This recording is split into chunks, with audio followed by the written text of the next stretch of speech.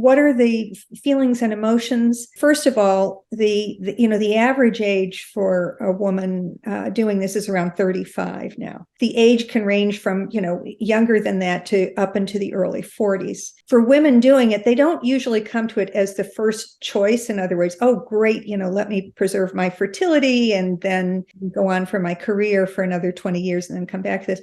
Most of the time, for most women, they've been thinking a lot about it. And they're, for many, they're looking for a partner, and they really not wanting to go into this as a single parent. They're wanting to go into the having the option of trying to ensure being able to have a child later, since they haven't found a partner.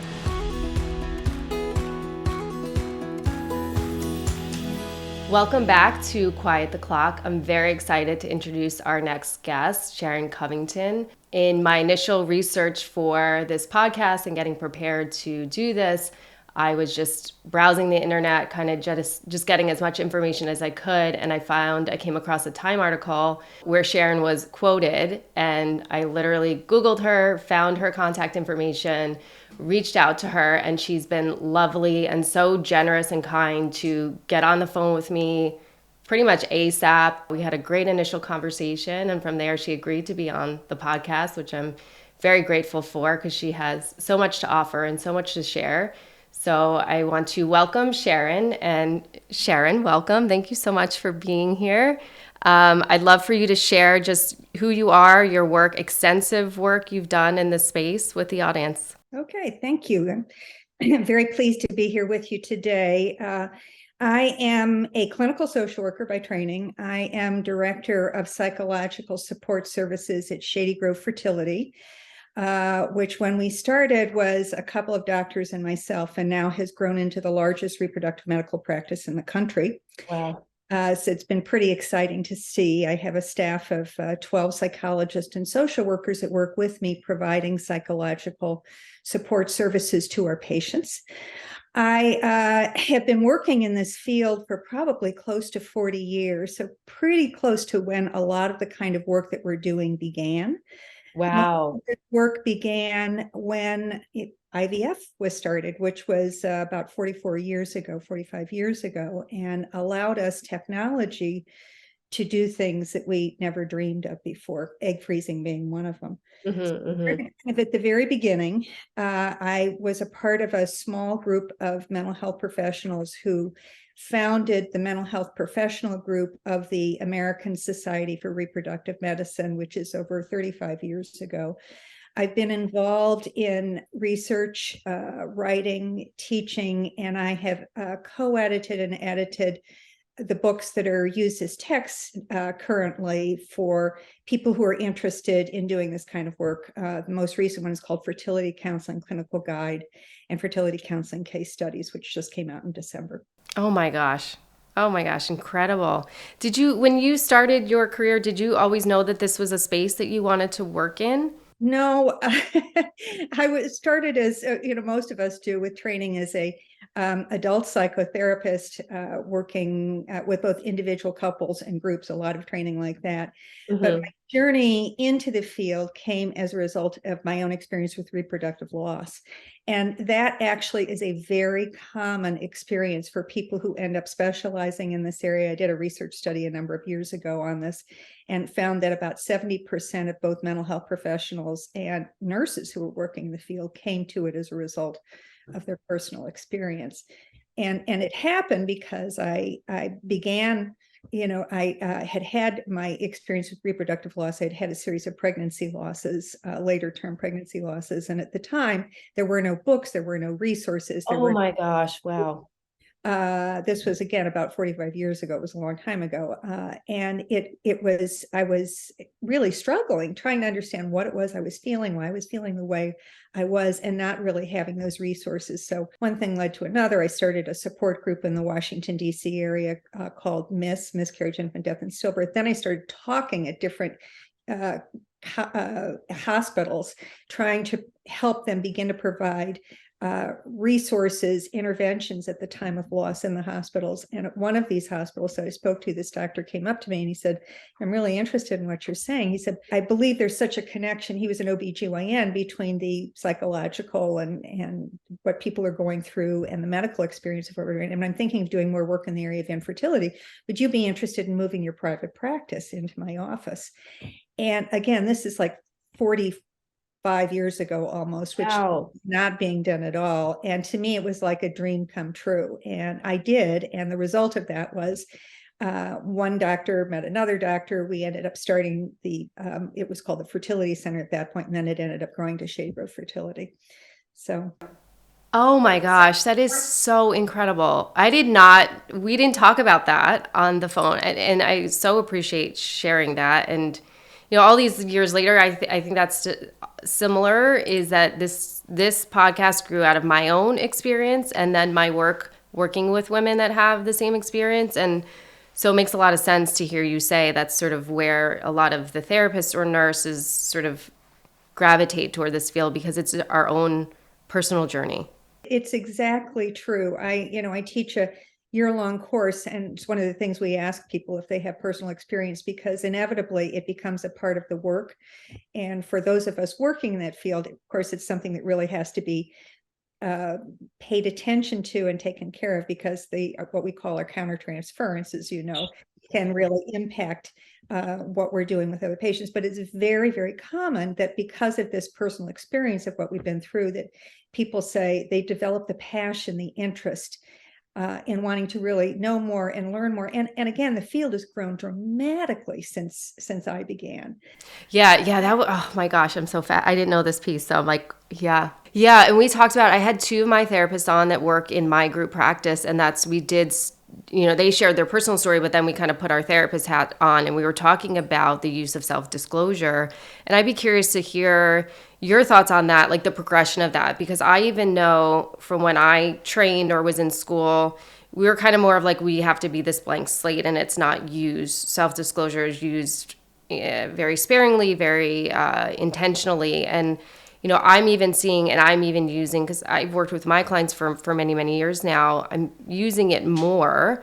I'd be curious on your thoughts on that and sort of what you've seen in terms of the evolution of therapy, especially in this space.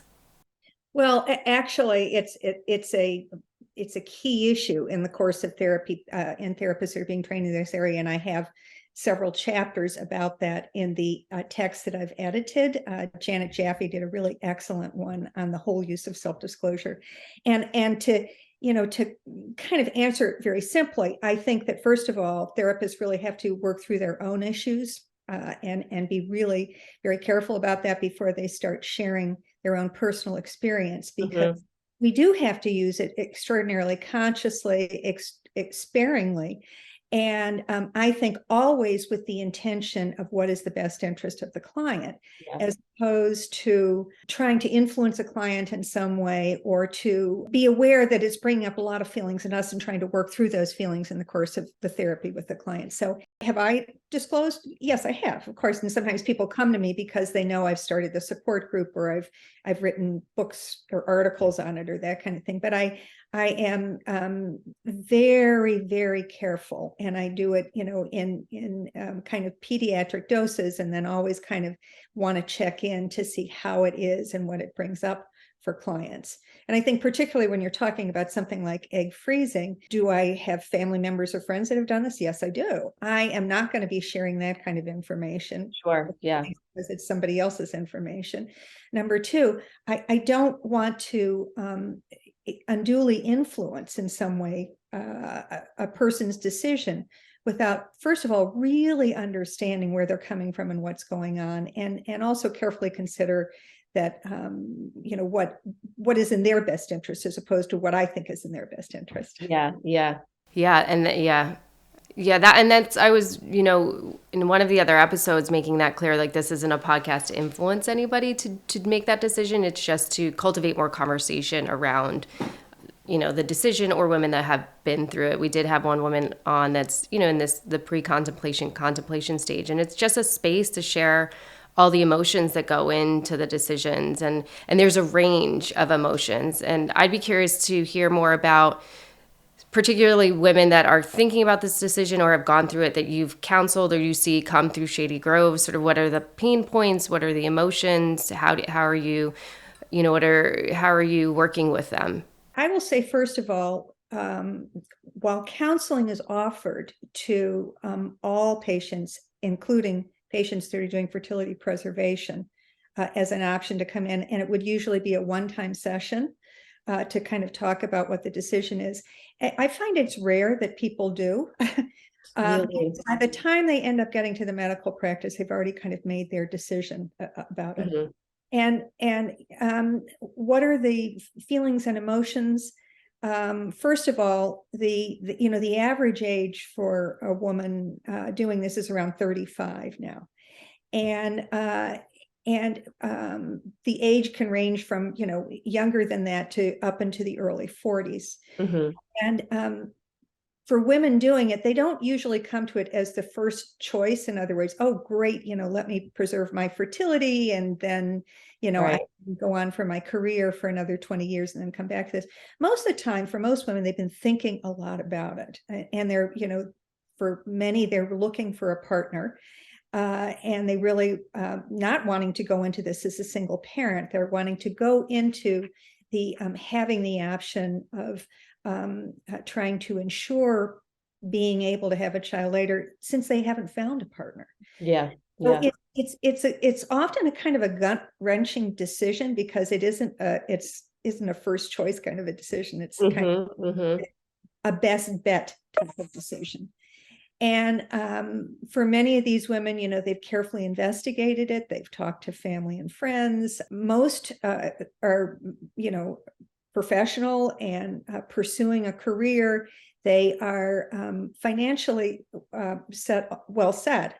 Or if they're not, they have family that are willing to support them. And this is one of the realities of this. We have this option for fertility preservation, but basically it's for people who can afford it.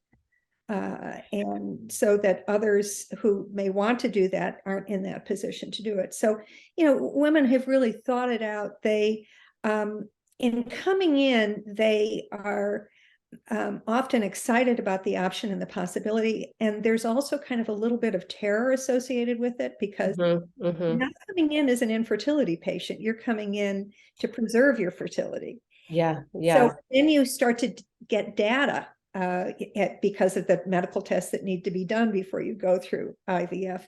And so you come in, you're feeling fine, you think it's going to go great, and we'll just get 20 eggs and then I'll be on my way. And you get the data back, and that often is a time that a lot of anxiety comes up, because you find out about your FSH and your AMH and your anti-follicle count, and they provide you with these numbers, and they say, oh, well, it isn't quite what we thought it was going to be at your age, and then their anxiety really goes up. Mm-hmm. Mm-hmm. It's kind of there's pitfalls and perils along the way. There's places that you don't kind of expect that you may kind of fall into as you go into this, hoping you're going to preserve your fertility. But it oftentimes it has hope with us associated with it, but oftentimes it has a lot of anxiety. And again, it's not the first choice. It's kind of the best bet. Yeah, and that's been my personal experience, and just, experience working with my clients or friends and other women that I've spoken to. They're surprised by the range of emotions, because it is both. It's this duality of like empowerment. I'm claiming a little bit of my future. There's some control here, but also this wasn't my choice. I didn't think I would be here.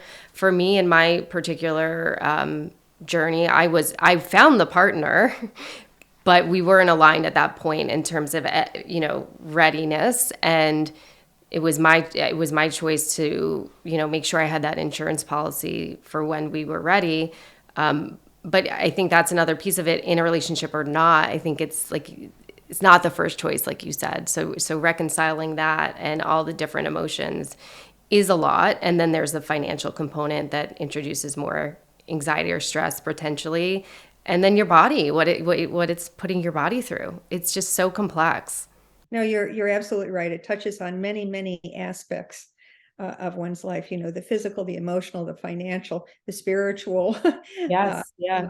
all of those kinds of things. And it's, and I've had women certainly who that have considered it, gone in and then talked to the doctor, decided they weren't going to do it because they felt like they were risking a lot as far as their finances and everything else. And then I've certainly seen many other women who have really been happy that they've had the option and are able to do it, and have had satisfactory results from it. I know that's the hard part. That is such a challenging part of it too. I remember, I'm hearing you and I'm relating so much. I'm thinking it's making me think of my own experience. And I remember going to my consultation and just seeing all the numbers. And that time I was 37. So the number, there was like this stark, I remember, I might be like, remembering this wrong, but I am almost picture like this stark decline at 37. And I left there really distraught and I left there thinking, well, what's the point? I'm going to invest all this. Like, am I even going to get anything? Is it going to work? So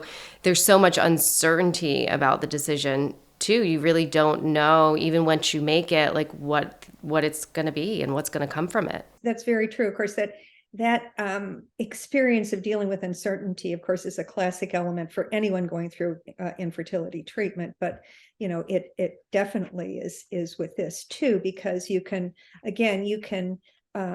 create a certain cohort of eggs, you can freeze a certain number of eggs. That doesn't mean that it's a guaranteed baby, and it doesn't mean that they're going to thaw, and it doesn't mean that they're good quality. There's so much unknowns about this. I talk often about that this area of reproductive medicine is as much an art as it is a science, that we don't know about it. And so how do you help people understand about that? Because they come in with all this technology and kind of the bewilderment of all the technologies there and the options that are there and the things they have to consider. And there's kind of this assumption, well, this is all going to work, then we're going to be able to make this happen. And fertility preservation, it isn't a guarantee. There's no guarantees in any of this kind of treatment. That's the piece that's hard. And then managing that uncertainty. I mean, life, there's so many uncertainties, obviously, but that was a hard piece for me too, is all the, what ifs, and I could do all of this and it might not work. I'm really curious to hear more about sort of, gosh, you're this pioneer, just the progression and where you think we are now in terms of, the mental health piece, where we are now, where you see us needing to still evolve. Well, I tell you, it's been exponential since, I started working in this area. And again, much of it has to do with the changing technology.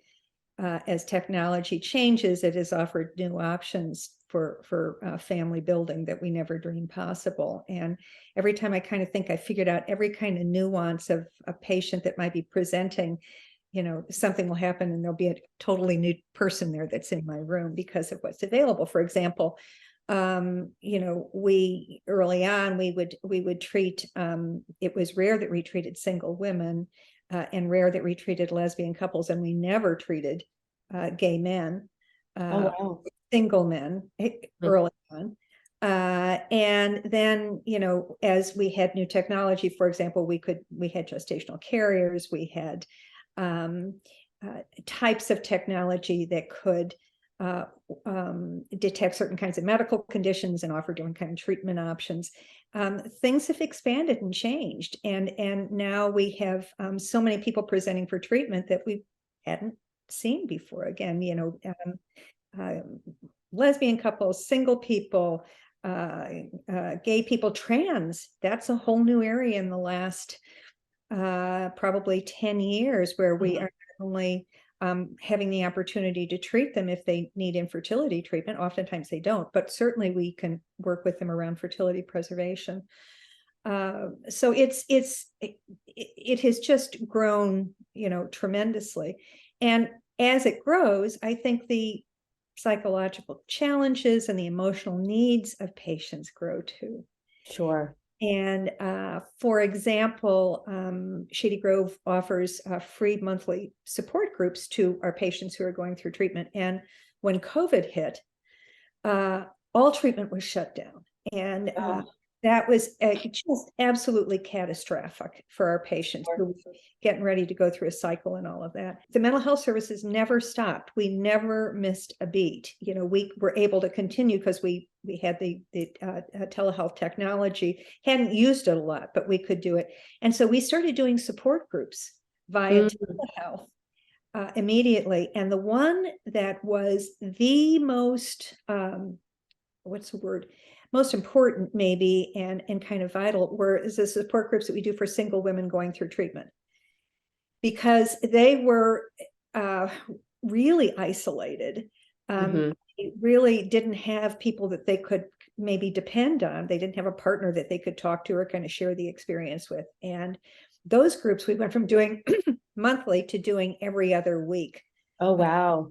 Throughout COVID. So it's, there's been many changes, but the emotional needs continue to grow, and the need for very specialized training in this area, because it's a totally different field of study. There's a different language there. It's very important that people are well versed and knowledgeable about the medical treatment, so that their clients aren't kind of training them or telling them about it. It's a big frustration for clients. So it's been exciting and a little mind-boggling to see all the changes over these years. Oh, I'm sure. Yeah, and that was one of my questions too, sort of your suggestions for therapists, but it sounds like additional, if they're interested in working in the space, additional training. Absolutely. And personal experience is not professional training. Right. I see too many therapists who say, oh, I've been through IVF, or I've had a pregnancy loss, therefore I'm experienced in being able to treat people who have this. And that is not professional training. The American Society for Reproductive Medicine and the Mental Health Professional Group are very, very important organizations to be a part of, because it's the medical and professional organization kind of represents this field. There are lots of training opportunities there, from kind of online things to the annual meeting. There's workshops, presentations, there's video stuff that they do. There's a lot of stuff that goes on. Postpartum Support International has a lot of good training that's going on there. There's a program that's done by colleague Dr. Andrea Braverman at Jefferson in Philadelphia. That's a 3-day program that she puts on every year, where she brings mental health professionals in. It's live again this year. It's a very good place to go. I have a year-long training program, a 10-month, which is the only one that I'm really aware of that deals specifically with this. Yeah. And it's grown incredibly. And we literally have mental health professionals from all across the world who participate in it. Oh, wow. They're taught in closed cohorts. We limit it to 15 people, and it goes for the whole year. And people really establish a good group cohesion with it. So there's a lot of opportunities. What is important to know is that there is no accreditation for fertility counseling. There is no, you can't get a certificate, you can't take a course, and then you're called accredited. It doesn't exist. And so, but it is important that people really do avail themselves of good clinical training to do this. Which is really kind of wild to think about, and hopefully maybe we're moving that direction, because it's this important space to be. Obviously, there's resources, but not an accreditation, which is kind of mind blowing. It's been debated a lot in the mental health professional group, and I think a lot is involved in the accreditation process, and I think we are going to eventually get to that area, but there's a lot that needs to be done in order to do it. So if anyone takes something and says, then I'm certified to do fertility counseling or reproductive mental health or whatever, it doesn't exist. Yeah, I think that's good to know, and that's good for the audience to know, because you have to trust someone, and you want them to be trained and know, professionally trained. I like what you said. It's having personal experience is not professional training, and it's such an insanely sensitive, vulnerable topic that you want to know who you're sitting across from, sort of working with, is well trained and knowledgeable. Exactly. And there can be certainly trauma that's associated with going through this kind of experience too.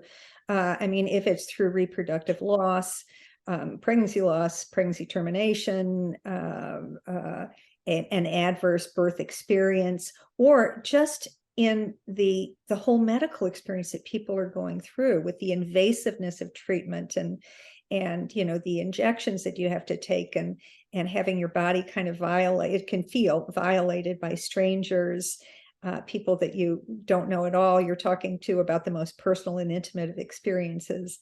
And for people who have a trauma history, it can really kind of exacerbate those kinds of experiences. So it's important that people be aware of it and that they have appropriate supports and treatment as they go through. Yeah, I was just going to say the support systems. One thing I wanted to touch on, because this is how I found you. I found you through the Time article where you were quoted about the surge in egg freezing during COVID, and just curious to hear more about that and your experience. I know you said, you as the mental health professionals didn't skip a beat, but it sounds like when things opened up, that's the surge that you saw. Yeah, it's a really good question, Beth. And after we talked about it, I went back and I tried to look for some data on that, specific data. And I don't know if you found any of this, but I wasn't real successful in it. I saw the most recent article was from just last year. And again, it was a retrospective study. And observationally, it seemed like there was a huge jump in people requesting this service. And again, it may have been because people were home, women were home by themselves, something they had thought about. They felt like they had some more time. They may have felt they had more resources. For others, it may have been harder for them. And it made them think about family. And what I saw with the research is they looked at, did it change family building plans? And they found that about 30% of women did consider making a change as a result of COVID. However, of the 30%, only 15% was to move forward with treatment. The other 15% was they decided they were afraid to get pregnant because of vaccines and what if you got COVID and all of that.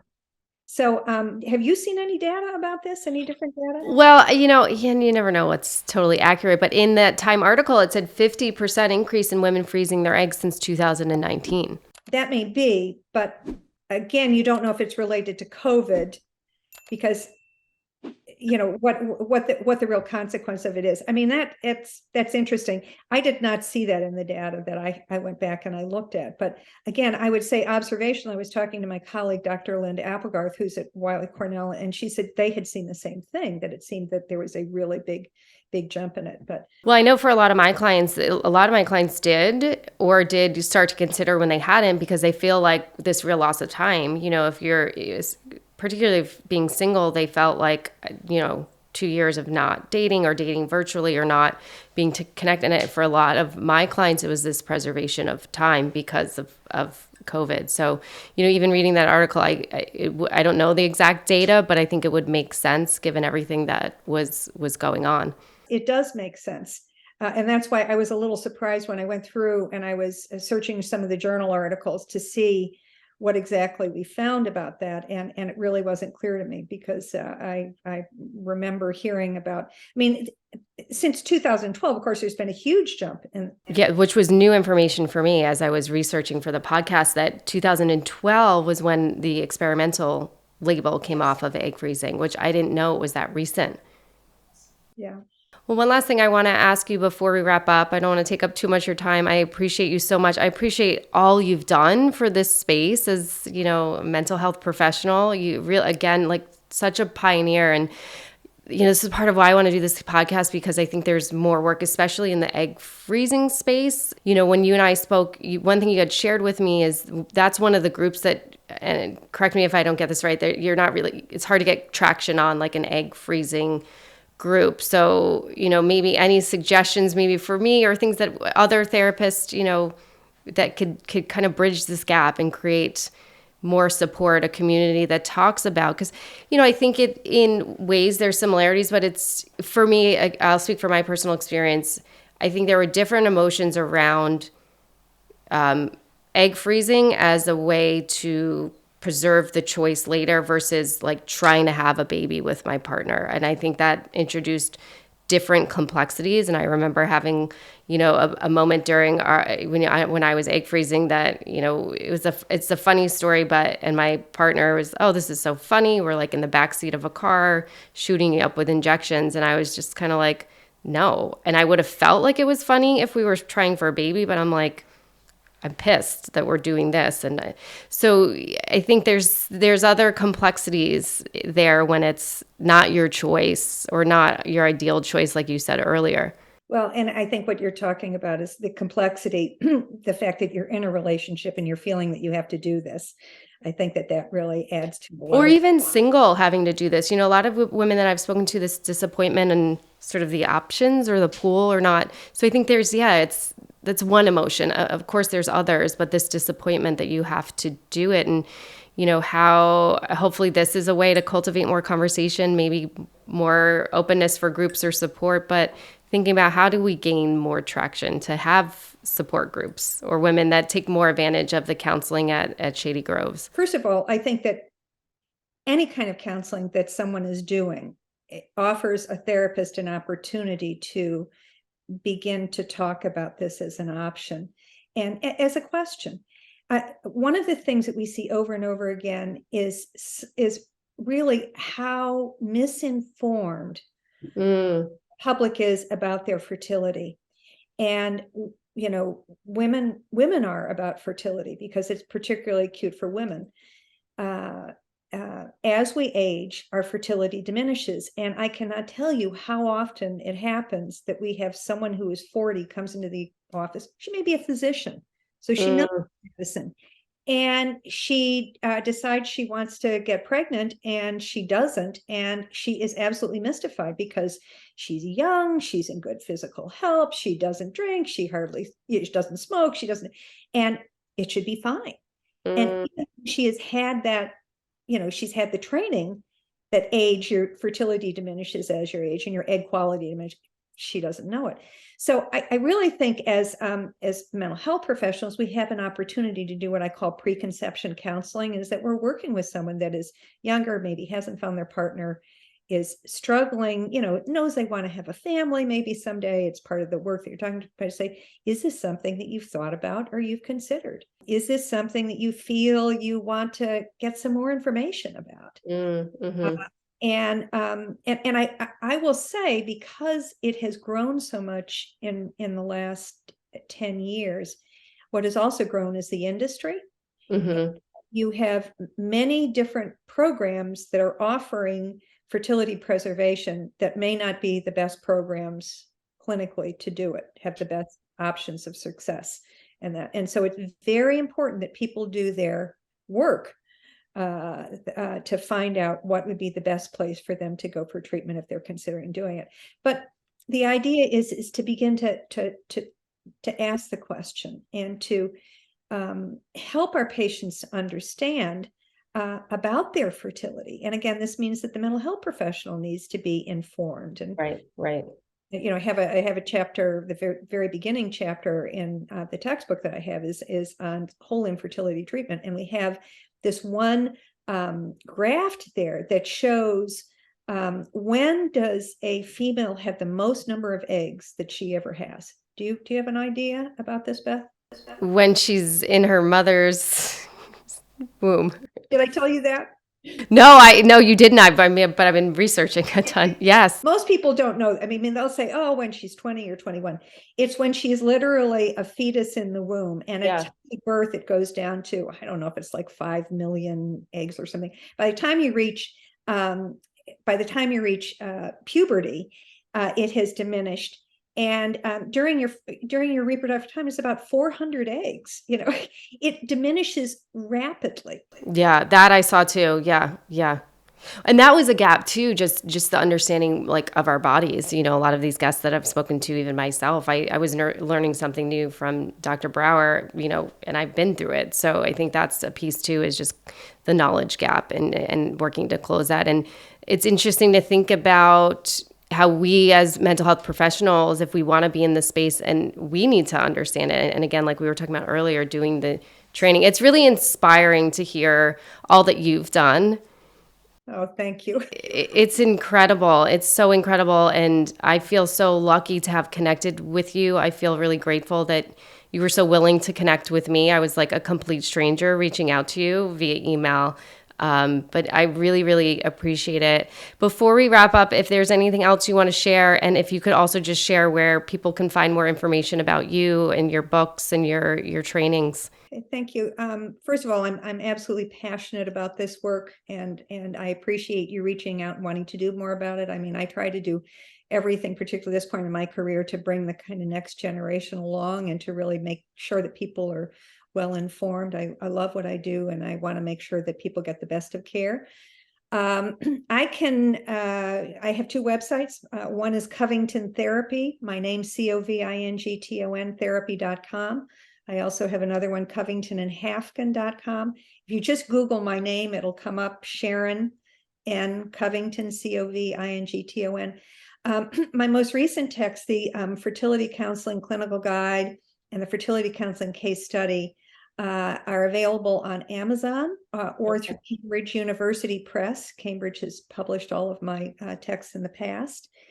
And you can find more information about training on there too, on my websites. And if you're interested, send in an application. We're taking applications. The next cohort of classes will start in September. It went September to June, and it's one for 3 hours. Incredible. Thank you again, Sharon. And I hope to continue our conversations. Thank you. Well, best of luck to you, Beth. Thank you for having me on. It was Thank you so much. I appreciate it. I appreciate you. Thank you.